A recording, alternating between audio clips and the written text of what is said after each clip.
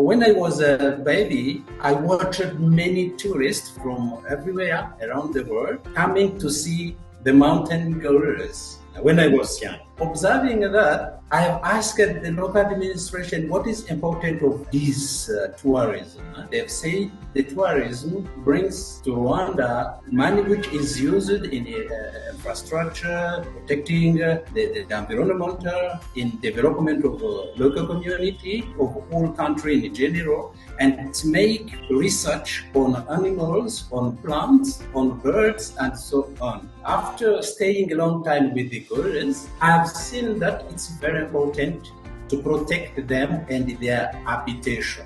The place become too small, and most of the time they come out of the park in a field or belongs to the local community. They destroy, the harvest belongs to the local communities. We must have a local NGO organizing how to protect them out of the park, managing the conflict between them and the local community. That's why we were thinking about creating ADEC. ADEC members are focusing on education, explaining why it's very important to conserve that place. Hello, beautiful SANUSPLANET community. It's amazing that you're listening here today again to our beautiful podcast. And I have a very special guest today, Jean Ndayambaje. And I just learned how to pronounce the name. It's a person from Rwanda, and I am so happy to be allowed to interview you today. Jean, thank you so much for your time. For everybody who's listening today, Jean is the founder and coordinator of ADEC Rwanda, and ADEC means Action for the Development of Community Ecotourism.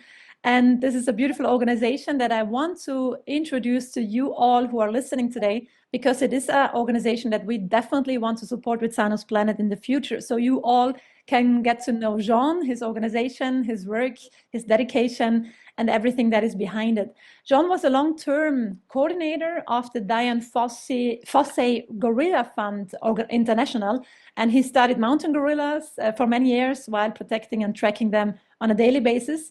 And when he stopped that work, he went back to his community and his roots to get more people involved in conservation. And that's what we will talk about today. So first of all, welcome, Jean. Thank you so much for taking time, for being here in this podcast and sharing your story. It's amazing that you're here. Thank you so much.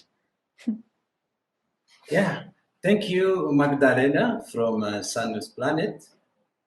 As you say, my name is Jean Ndayambaje, the legal representative of ADEC. ADEC is Action pour le développement de l'écotourisme communautaire in French. It means community action about ecotourism and development around volcanoes, national park, and other protected areas in Rwanda. So it has been a long time when I was thinking about community around protected areas, especially Volcanoes National Park, where I have born. And in the year of 2017, I was thinking and observing local community around there about community development and conservation.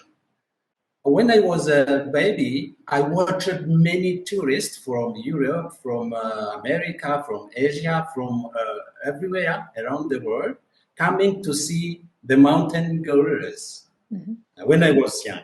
So observing that, I have asked the local administration what is important of this tourism.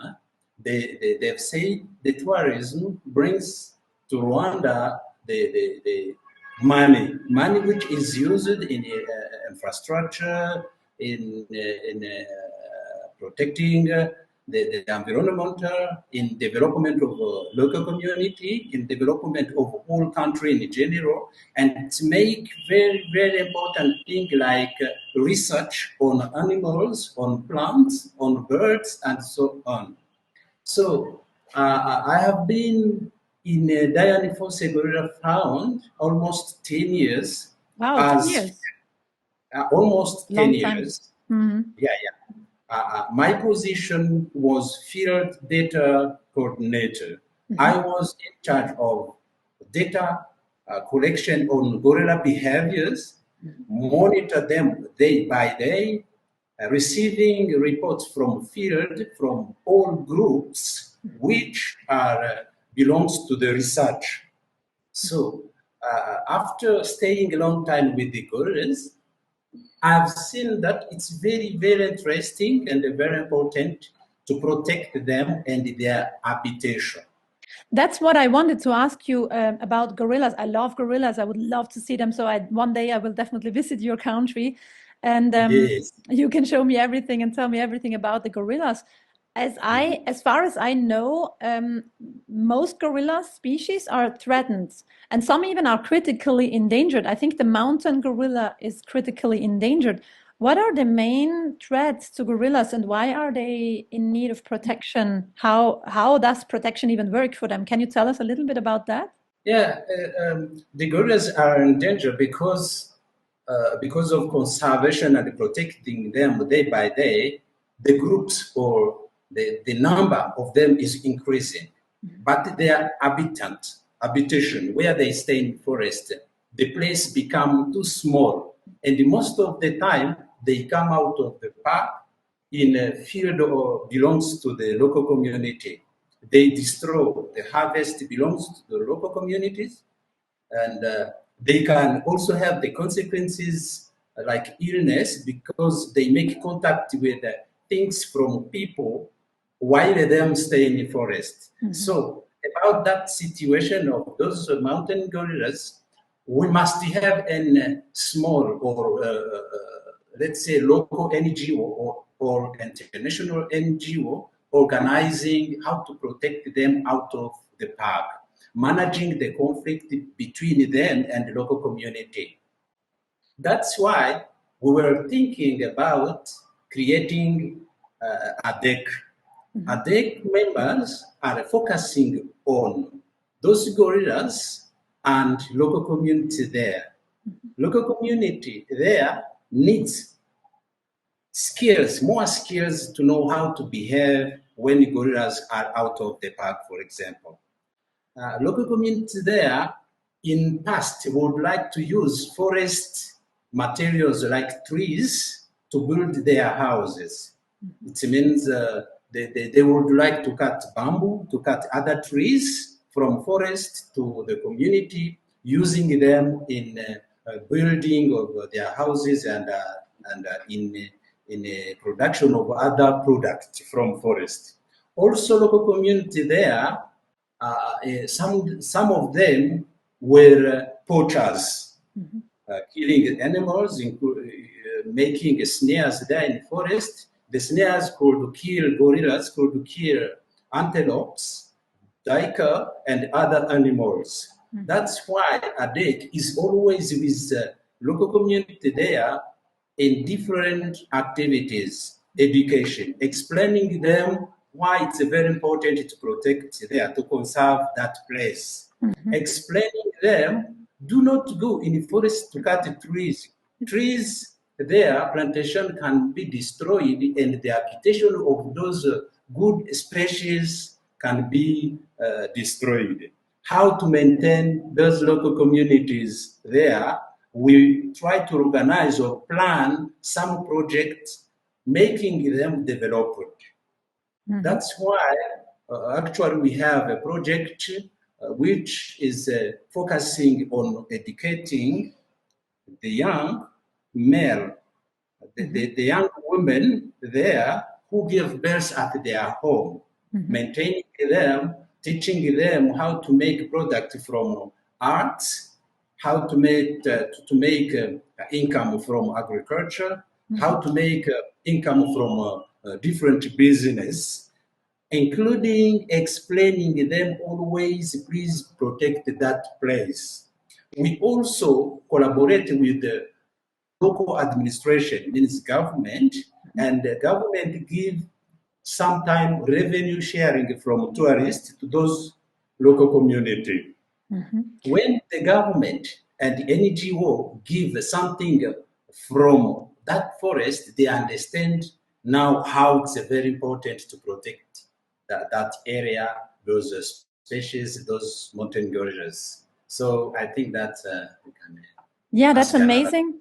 That's amazing. And I would like to add something for everybody who's listening today. That's one of the reasons why we support NGOs like yours, why we want to look for NGOs that are looking at the big pictures, not just going out there and telling people you are bad people because you do poaching, but going out there and helping people to understand the background, why it is so necessary to do something different and to find a way to make a real income from other things. So alternatives. And that's why I love so much what you do. That's why it is so important. And that's why we want to support you. So thank you, first of all, for everything you do there. Can you give us a little bit of an input about, or share with us why did you change the organization? Like when did you switch from the Dian Fossey Gorilla Fund International to creating ADEC? And why did that happen? Did you feel the need of creating something more at your own home, at your own communities, being closer to the people that you know from your home? Or what was the reason for that? Yeah, that's a very important question, and it's very good to ask that question to me. So when I was in Dian Fossey, from field, I enter in the community and observing them, hearing what are they saying, and see what to do more to develop them and make them understand the importance of parks, animals, and biodiversity in general. So, first of all, I had a contract in the Dian Fossey Gorilla Fund International. My contract gets the end. After getting the end, I back in the community. Backing in community, I feel staying with those community, keeping explaining them how much it's very important to protect the protected areas like parks, animals, lakes, and so on. I feel very happy to stay with the community, working with them to see how to help them, how to explain to them, how to educate them, how they can be developed using natural resources and protecting our environment. Mm-hmm. Thank you. Yeah, amazing. That's really good. And how hard, I mean, you know, people from my hometown, many people create NGOs, they create associations, they want to do something good, they want to give something back. So many organizations are growing around here as well, which is beautiful. There are some things that we have to think about when creating an NGO, but I think people from my hometown have no idea how hard it can be in other places to create a foundation or an organization. In Rwanda, I can imagine it is a completely different story to create an NGO, to build it up, to make it, to legalize it, to keep it running. What kind of, let's say, obstacles or what kind of problems or topics are you facing on a daily basis by creating your NGO and keeping it alive? Oh, that's good to ask me that. Here in Rwanda, our government is well organized, and to create local NGO, it's very easy. It's very easy just to consult the lawyers and see what's needed to create NGO. So you make status. You must have the members who are clear about criminal cases. You must have members with good conduct and give the document from criminal records, observing that they are clear. There's no problem. And our government helps and assists everyone who is very interested by intervention of local community development. Government help us to do the status, choose nice members, orientation, infrastructure, and everything. Here it's not complicated. Just you make a status, you go to the criminal records, you choose the members who are interested, and the government assists. And after assisting you, they give you the registration certificate showing that you are allowed to operate in our country. And always every year we give the report to the government, and we give the report to the people who supported, who donated the fund to complete the development project in the local community. Our government helped us to do that. Thank you. Yeah, that's amazing. And is it also not that hard to keep the organization running, or is it a bit more hard sometimes to get the funds, to get support? So how does that work so that you can really run your projects? Because you're doing quite a lot of projects and community-focused approaches, and invite people to join and share the education about how important it is to keep nature alive and to keep the animals alive. This all needs, of course, also funds. How hard is that part of your organization to get funds? Do you find support, and how? Yeah. So, like I'm coming to talk to you, that the government assists us to have a document allowing us to operate as an NGO. The government also help us in training. Day by day, we make meeting with the local administration, and a meeting what to do, how to develop this. Every 4 months, we make meeting with them, with the local administration, showing that our plan is this, our project is this, is running like this. Our government about keeping running the NGO assist us and allow us to do so. About funding, it's very, very difficult to have a funding because many donors or international NGOs or people with the money sometimes don't understand as well what we do, why we do that, where, something like that. Actually, we have many people who are interested on themselves instead of to be interesting on community. So government assists to keep going on, operate with NGO, but about funds, it's still a problem. It's hard because they know most of the time they don't understand well how, where, who is managing this and this and this, thinking that maybe he needs money to eat alone, something like that. Having funds a problem. That's why, as like ADEC, we were interested to address to you with the SANUSPLANET to express us to the donors, to the people around the world, about our project, about our community development and conservation activities in Rwanda. So it's quite important that you have support from outside as well, right? Like our project, for example, can help you. Not yet, we are completely new connected, but it can help you that you can run your projects, and that's what I am very, very happy about.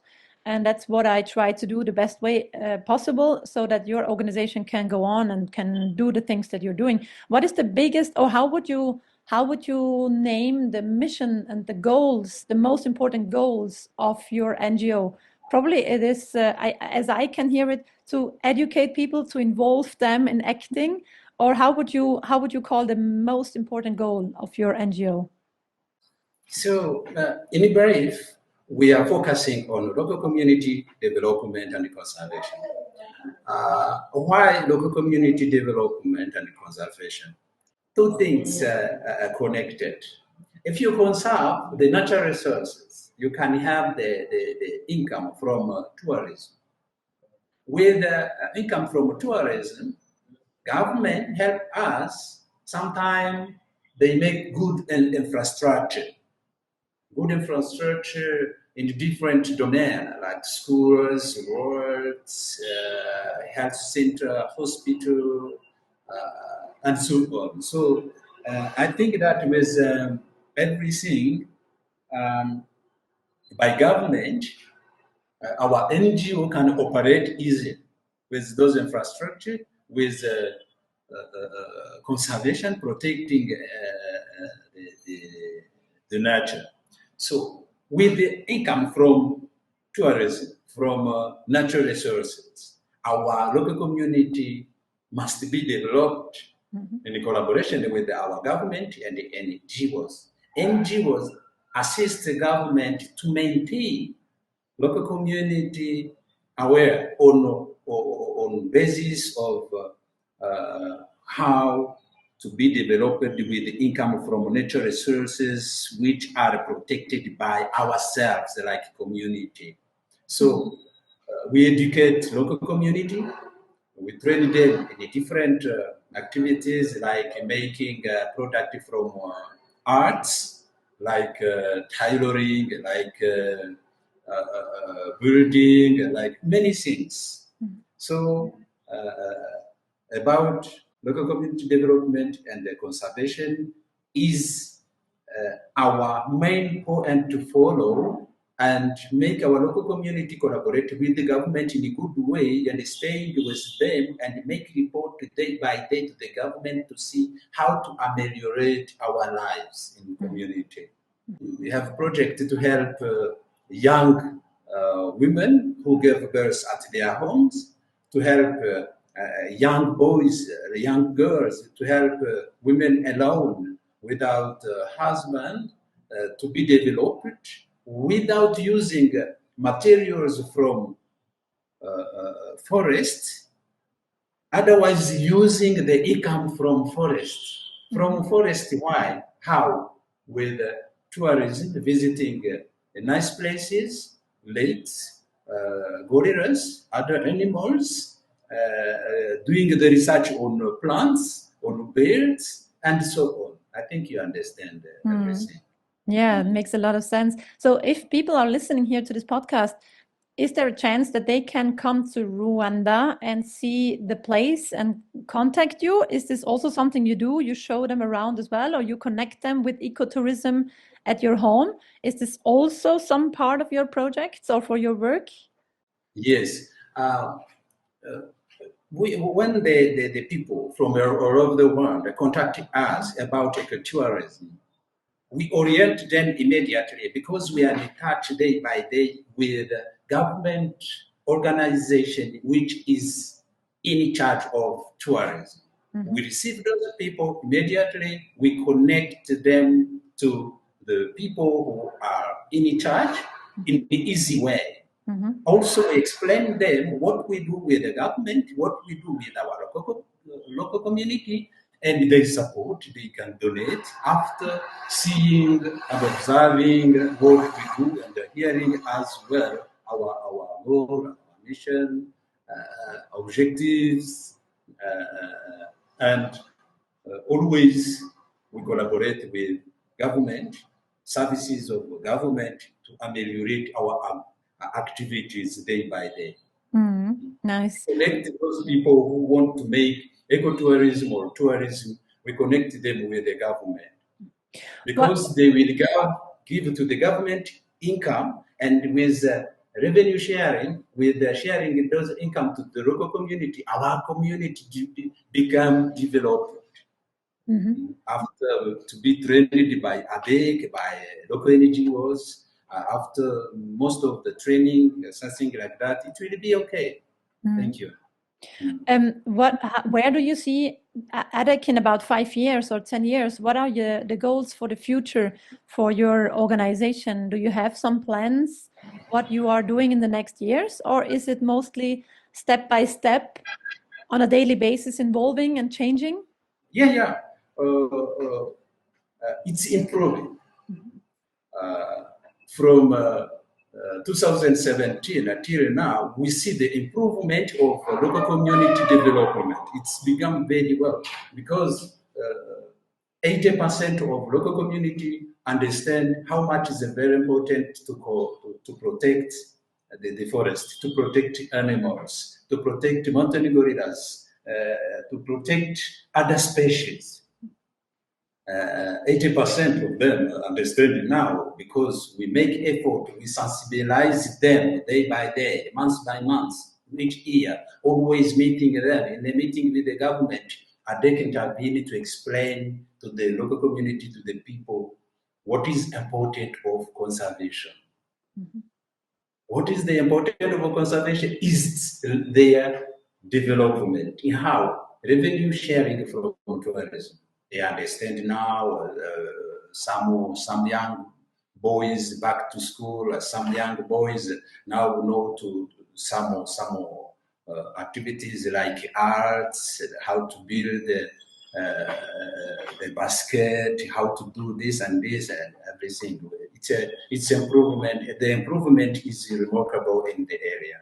Thank you. Mm-hmm. What would you advise young people to do if they want to really act on conservation? What is your impact advice, let's say, as a long-term conservationist?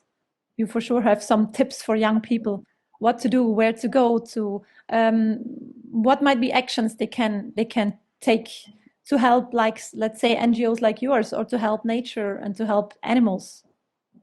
Yeah, when we met the young people, we advised them to keep going on with the school, study, do the research, back to school for those who stopped in secondary or primary school. Also, them ask us the question that they don't have means with donors, with the support. We give donation from international organization, from donors. We give them, we try to share with them, advising them to back to school, advising them to do some activities like artisanal, like how to build a house. We train them. We advise them to back to school, really more about natural resources, really more about how they can be developed using natural resources, using skills from school. And because of lack of means, most of them ask that question of how to back to school, because to school they will ask school fees, they will ask to pay something. That's why ADEC intervened to request donations from different people, supporting those people in training, and they can be developed themselves and understand how much it's very important to know this and this for their socio-economic development. Thank you. Mm.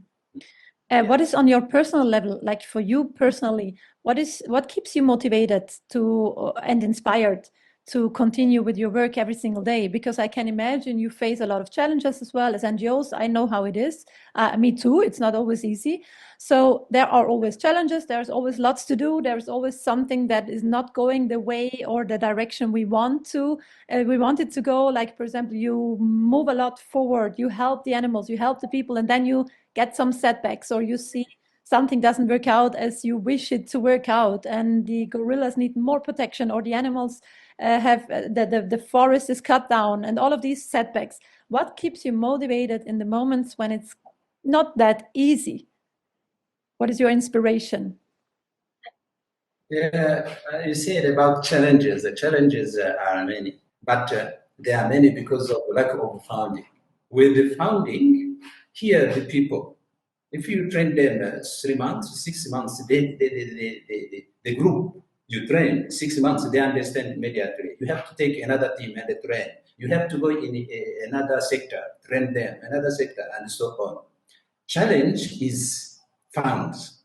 Without funds, you cannot approach them.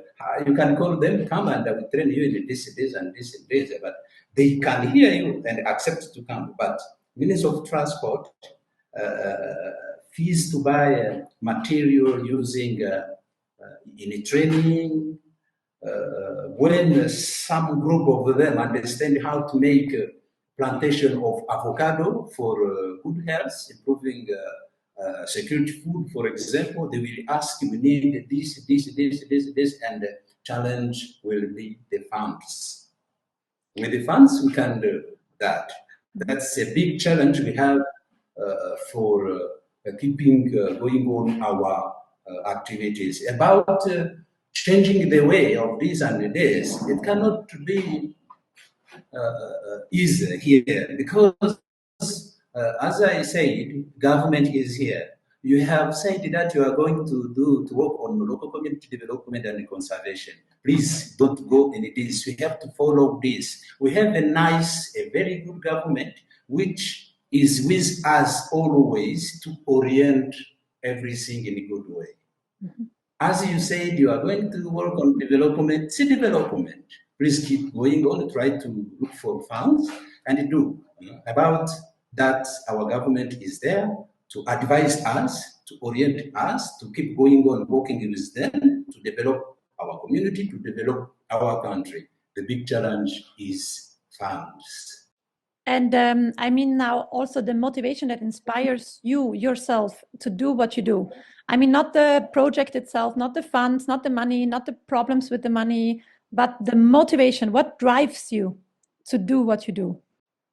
Oh, for myself, is to build a capacity building of my community. Also, without environmental conservation, health. So I'm motivated by conserving, protecting the areas like forests, plants that make us or world for the good health. I'm motivated by that thing. Very, very, very impressed by some countries. Desert in North Africa, it's not easy to survive there. But here where we have trees, we have animals, we have plantation, it's very easy to survive here. I'm motivated by those things. When I protect environmental, I protect you, I protect myself, I protect my community. I'm motivated by that. So let's say that on that issue. Yeah, that's a beautiful motivation. Thank you so much. Is there something that you want to share with our community? Something that I did not ask you yet, something that you really want to tell everyone to know? Is there some final words that you want to share, some final information, whatever it is? What else would you like to share with us? Oh, okay. I would like to tell you that ADEC Action pour le développement de l'écotourisme communautaire is a local community organization or local NGO which is focusing on environmental conservation and local community development. What I'm sharing with you, since we started working, we see that the improvement of our community is very good. It's become good because of our activities, daily activities, monthly activities. So I'm sharing you my wish of inviting everyone who is interested by protecting nature resources here in Rwanda, like forests, animals inside, in protected areas, especially mountain gorillas and other species around our community. I'm inviting also the people from all over the world who would like to work or stay with our community there, training them, educating them, explaining them how much is very important to protect our environment because of our health, because of the health of animals, because of our development, to come and join ADEC and work together and see how our community, how our country, how our world can be developed with our mission. So everyone interested in conservation, in the local community activities is invited. They are welcome. Contact us. We have our email.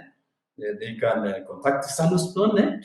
SANUSPLANET with us. We can achieve something important for our world, for our community, and the natural resources. Thank you. Thank you so much. That means a lot. And I also want to share something with our community. So you heard the words of Jean. If you want to go to Rwanda, if you want to help, if you have informations that you want to share with the local communities, go there, check in, come together with organizations that are doing amazing work like ADEC. So help them, support them. And also be part of our project. Be part of our project of SANUSPLANET on the Sanus app, and help us to get more funds together so we can help NGOs like ADEC, because that's something really beautiful. Thank you so much, Jean, for everything you do, and thank you for sharing and for your time. I know today in this podcast, I was editing a little bit because we had some internet troubles once in a while. So I will edit a few parts out, and you will see that, or you will have seen and heard that. And that means even more to me, that you took your time, you invested not just time, but also energy to make this podcast happen. And I want to thank you so much for that, because it's not everywhere the same situation that people sit on the computer and everything works. So sometimes there are some technical problems, and you face them and you do it. And we came together and we made this podcast happening. Thank you so much. And I'm really looking forward to being able to support you in the future. And I wish you an amazing, beautiful day. And to everybody who was listening today, I'm very much looking forward to hear you in the next podcast again. So thanks to everyone for being here, and I wish you an amazing time in the meantime. Thank you, Jean. Thank you, SANUSPLANET, and your community. Oh, if you have some volunteers who would like to come here in Rwanda working with ADEC and with our community, they are welcome. And thank you very much for your time also. And sorry for a challenge of network and electricity, something like that. And more better. And let's stay with our community. We are together. And thank you, SANUSPLANET community. Thank you, Magda, your team. And see you again. Thank you. Thank you so much, everybody.